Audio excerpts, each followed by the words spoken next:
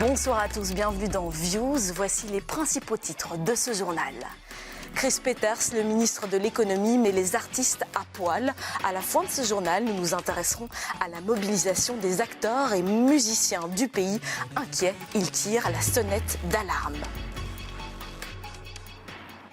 Les comédiens et les artistes tous à poil, ils se mobilisent contre des propositions de loi qui s'attaquent aux droits voisins. Lors de doublage, par exemple, Martin Bilterès et François Andréoletti ont rencontré une comédienne qui est directement touchée.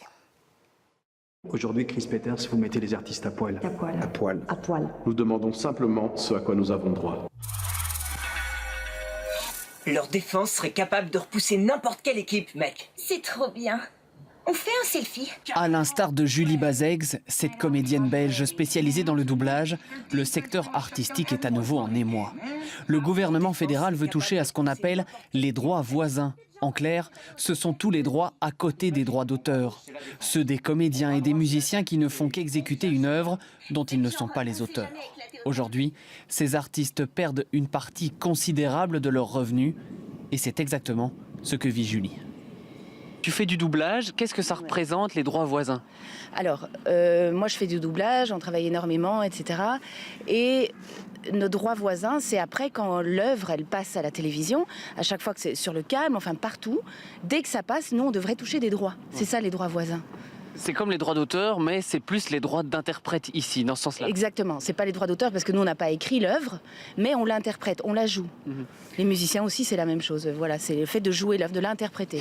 Du coup, ces droits voisins, ils existent dans les textes de loi, mais ils ne sont pas appliqués. Répercussion directe pour toi, c'est du cash en moins. Ah oui, beaucoup moins. Parce qu'en fait, par exemple, un film, à l'époque, on pouvait le doubler en une semaine, parce que ça prenait plus de temps. Tout était écrit à la main, ensuite on doublait, il n'y avait pas l'informatique, etc. Donc ça prenait, par exemple, une semaine. Et maintenant, tout va tellement plus vite, la production, tout se fait, par exemple, un film maintenant, c'est en 3 jours. Alors nous, on est concrètement payé pour ces 3 jours, mais on n'est pas payé pour la diffusion après. Et or, c'est notre travail.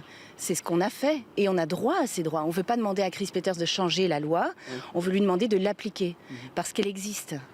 Et pour nous, effectivement, c'est déjà que le métier de comédien est précaire et c'est un statut très compliqué. Alors si en plus on nous enlève nos droits... Rendez-vous dans un organisme de gestion de ces fameux droits voisins à présent. Ici, 14 000 artistes sont représentés directement.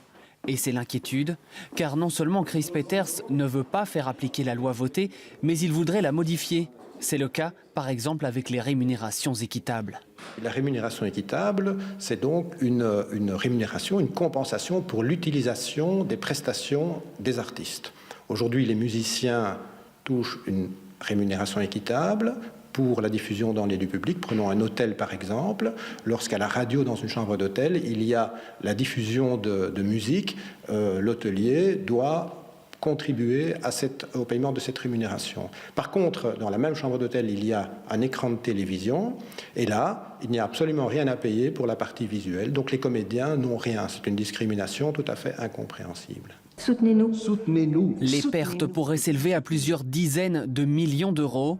Au cabinet du ministre Peeters, on précise que rien n'est encore décidé et que des concertations sont en cours. La mobilisation des artistes comme Julie, elle, se poursuit. Ils refusent, disent-ils, d'être mis à poil.